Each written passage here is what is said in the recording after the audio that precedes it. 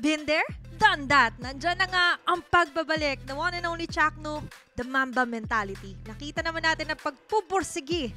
Kung hindi nyo man masisimulan ng malakas, hindi nyo man makukuha yung control sa una, just finish it stronger. Yun ang ginawa dito na Smart Omega Neos, and that is why they managed to snatch away Game 1 sa kamay ng Onyx Arsenals. Pero syempre, sino nga ba ang isa sa pinaka-nagsilbing gabay at talaga namang nagbigay ng kulay? One and only, Dan as well. Ito, yung kanina sinasabi ko kung bakit siya yung featured player natin sa ating K2V. Kasi kailangan talaga nila mag-take hold. Ito, literally, hindi niya lang tinake hold, kinakain niya pa with the Totona's welcome.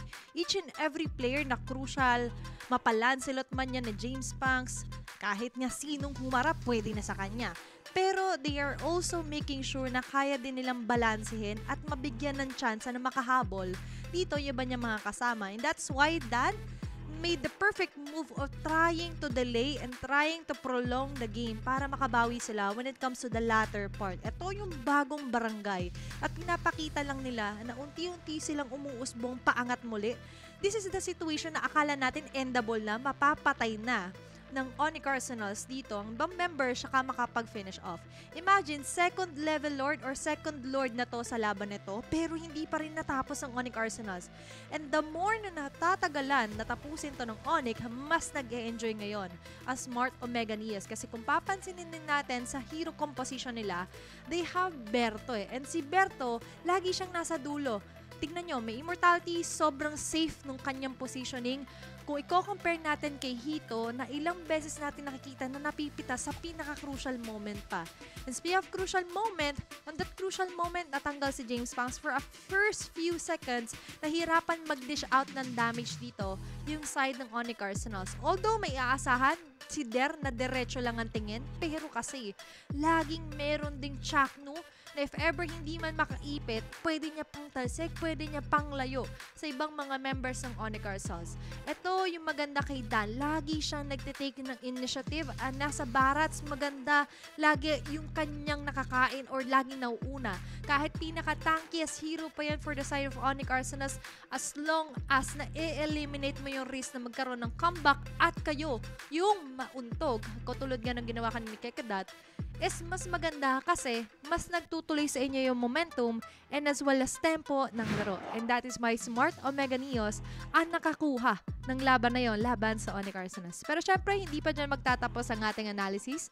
Marami pang mga naging epekto sa laban na yon. Pero ano nga ba muna yung cause dito ng ating laro? Ano yung cause kung bakit naging ganun yung resulta? Isa-isahin natin yan, starting it off here on to our post-game stats. Kung saan 15-13. Naging dikit po yung ating kill score. Pero kasi, to be fair and to be honest, early game talaga, that was Onyx Arsenal's round. Pero kung papansinin din naman natin, if ever unahin man si Berto, may extra shield or may extra na sustainability siya with the tenacity. Of course, Quantum Charge is also there. Si Ukir na umuukit talaga yung damage niya. Not only for the Inspire, but also nakikita natin yung Lethal Ignition. Diba? May konting paapoy, may konting kagat na humahabol pa, humahagod dun sa HP bars ng kanilang mga tinatamaan. And sa pinakadulo kasi, naga-angry glooms na siya dun sa members ng Onyx Arsenals. Kung mapansin din natin, Divine Glade, nag-build up na nga lang din siya dito ng immortality sa last part ng laro natin kasi nga hindi niya na kailangan talaga yung boots niya. More on, kailangan na lang talaga nila makasurvive just to try and end the game. And umayon naman sa kanila ang sitwasyon. Pero ito na muli si Dan na ngayon tatlong title ang kanyang mababag in with the carry, sandbag, and best wingman. Isa rin talaga siya sa tinitingnan nating standout player of the week. Looking at the stats, nakikita naman natin na halos pantay ito for Omega and Onyx. But what happened is that nabitawan kasi ng Onyx Arsenals yung control. Ito yung sinasabi ko kanina na kailangan mahawakan mo yung manibela para hindi ka maligaw. Pero hanggang sa dulo, nandyan kasi yung guidance din ni Chakno, and as well as nandyan din naman si Dan na nag-guide na ito dapat yung unahin natin, ito yung mga dapat natin kainin, at ito yung dapat natin na binibigay laban sa Onyx Arsenals. Pero syempre, game number 1 pa lang yan. And I'm excited to know kung ano pa nga bang reaction, ano yung thoughts doon ng ating mga casters. Kaya naman, Josh, Kicks, and QWERTY, ano pa may dadagdag nyo na napansin nyo sa game number 1? Game number 2, 2-0 na yan na Smart Omega Neos laban sa Onyx Arsenals. Pero ano nga ba nangyari? Isa-isahin natin yan kasama ko, syempre. At ina nga pala ang inyong magiging analyst para sa game number 2, post-game stats. Lahat ng mga pangyayari ngayong araw na ito, medyo nakakabigla. Ang dami mga plot twist, pero syempre sa huli, isa lang ang magwawagi. At Smart Omega Neos ang nakakuha ng panghuling puntos na kailangan nila para tapusin ang ating araw. Pero syempre, sino nga bang isa rin sa tumapos sa Onyx Arsenals na talaga namang kumuha ng spotlight, tinutok na sa kanya? Syempre, diba, walang iba kundi si Andoryu with his Guinevere. Game 2 MVP natin na talaga namang sobrang tapang. Early game pa lang, first blood pa lang, andun na agad sila, diba? Medyo nanggigil pero napanindigan. Yun yung importante. Pero nandiyan pa rin naman ang pagpipigil. Although, 3 beses siyang napitas with a KD of 439. And so far, makikita naman natin full on, naging damage din ang isinagot dito ni Andoryu sa early. Pero pagdating sa items naman, with contrast to. Molten, you have the Thunderbelt of course, and the Brute Force Breastplate na tinopingan niya pa nga ng concentrated, rather dito ng fleeting time. And looking back, no, may kataasan yung kill participation niya. Bakit nga ba? Panoorin natin yan sabay-sabay dito sa ating game highlights na kung saan yung aking tinutukoy nga dito na naging mas matapang na ang pagpasok ng Smart Omega Neos. Although maganda lagi yung positioning doon ng Novaria, or rather dito for the side nila Chovy, pero what mattered was hindi man sila nakapag-start ng super strong, pero nakuha naman nila on how will they finish off the round. Finish stronger, pero paano mo nga ba ma-finish stronger to? Kailangan mo muna makapag-farm up, kailangan nyo muna makuha yung talagang matindi, magbigay ng sakit sa ulo. Walang iba kundi si James Panks. The moment na na-shutdown dito ni Ukir si James Panks, sumunod pa nga si Hito. Ngayon, saan manggagaling ang damage? Matitira si Der, pero sinimot din yan ng Smart Omega Neos. Nakuha nila lahat ng checklist nila, pointers review. And they pointed out na wait lang, hindi natin kailangan laging pumilit eh.